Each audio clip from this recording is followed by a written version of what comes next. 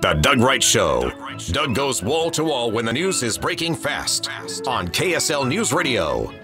Secretary Zinke from the Interior Department is in the great state of Utah. He will be on horseback, I understand, from the fine commissioner down there, Commissioner Adams. He said they did find him a 17-hand horse, so they'll be actually trotting through part of this. They'll be hiking through part of it, flying over the Bears Ears and ultimately the grand staircase of the Escalante, and the governor of the great state of Utah, too, in San Juan County today. Governor, welcome. Good to have you here. Well, thank you, Doug. It's always great to be on with you. Tell us a little bit what has unfolded so far with Secretary Ryan Zinke visiting the great state of Utah. Well, right now he's here on the ground with us in Blanding, and we'll be going up in some helicopters. You can meet with a lot of the local folks here, and what he did yesterday was meet with a lot of different people, looked at a lot of maps to kind of get a lay of the land, I think, and get it kind of in his head where southern part of Utah is, where the monument resides, and relationship to everything else. He's met with a lot of people already. He met with the Tribal Coalition yesterday to hear their perspective, and I expect he's going to continue to do that for the next 2 or 3 days. So he seems to be very set on hearing all about the issues, pros and cons from all the different stakeholders. And I can tell you, he certainly said he has an open mind on this whole thing. And I think that's good. I think he's doing exactly what he needs to do to get an understanding of the public land issues, the national monument issues, so that he can then, as he's been tasked to do, give a recommendation to the president. Governor, this has come up over and over, and I'm sure you're very aware of this, that there are those that, with rather energetic voices, are claiming that the Native American people, the American Indians in this region and in general, have not had their voices adequately heard on this. From your perspective, Governor, is that true? Have they not been heard? Well, I guess how much is enough to be heard? It's kind of an issue that came up really about 3 years ago in the Bears Ears. Originally, it was about the Greater Canyonlands area, so the area kind of in question has been shifted as far as what they were asking for protections with the monument. And I think there's been, clearly I think everybody agrees that the Native Americans probably are divided on the issue at best. Some very supportive of it, mostly those outside of the state of Utah, and maybe that live far away from the epicenter of the Bears Ears monument. Those down here closer were more opposed to it.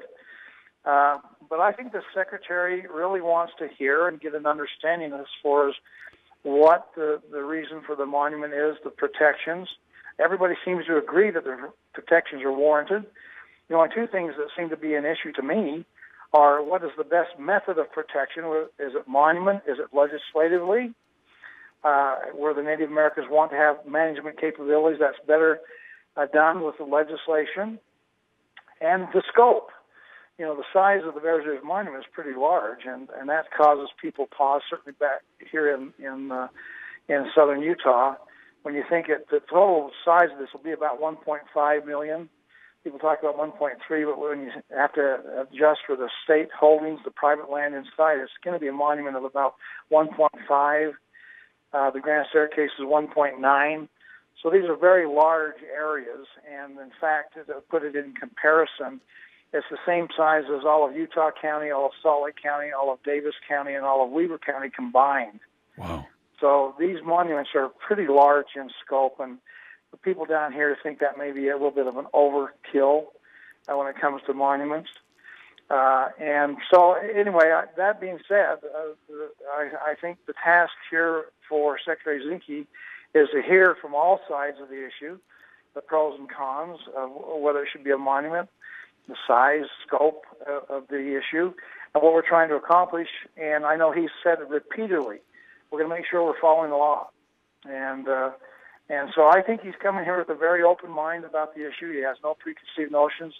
I believe him when he says that, and I certainly don't predict or presuppose what his recommendations are going to be.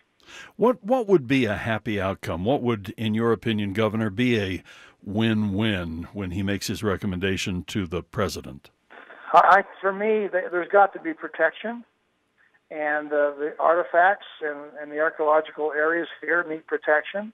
We met with some archaeologists yesterday that said, the monument won't give us any more protection for these ancient archaeological finds. And that caused me a little bit of a start because I was a little surprised about that, but that was what the archaeologists told us. So there needs to be some protection, and I think there needs to have more Indian involvement in deciding what to do and how to management. They've talked in terms of co-management so that they're not just an advisor, just here's our thoughts, consider them. That can only happen legislatively. And I think that's one of the things that the Secretary will be looking into is how can we, in fact, listen to the Native Americans and give them more control over what happens on these lands, that they're arguing our sacred lands for them. And if that's the case, if that's what we, in fact, are using as the motivation for this, then we ought to, in fact, give them more control over the management of this land. Governor, how long will you be in southern Utah with Secretary Zinke?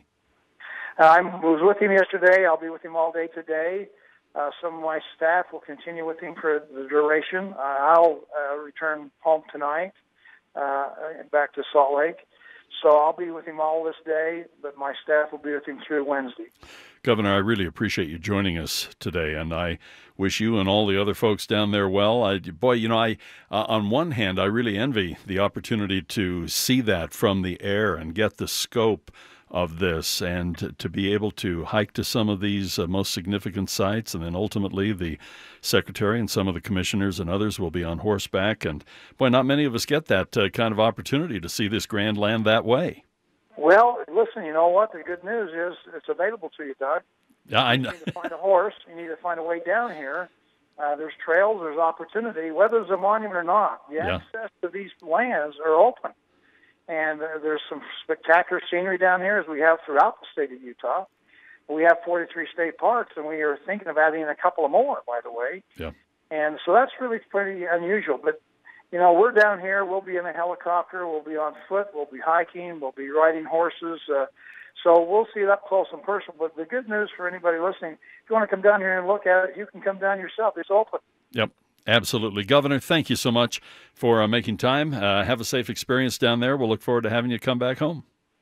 Very good. Thanks very much, Doug. Thank you. Actually, the governor is at home in the entire state of Utah. The governor's so right. I mean, the wonderful thing about, and this is the good side of public lands, we have so much access that people back east don't have a clue about. But at the same time, trying to make a living in an area. The statistic that resonates in my head this morning after talking with Commissioner Adams from San Juan County, that entire huge county in our state, only 8% of it, only 8% is private land. So without government, and there's always some regulation on all property, but try to imagine.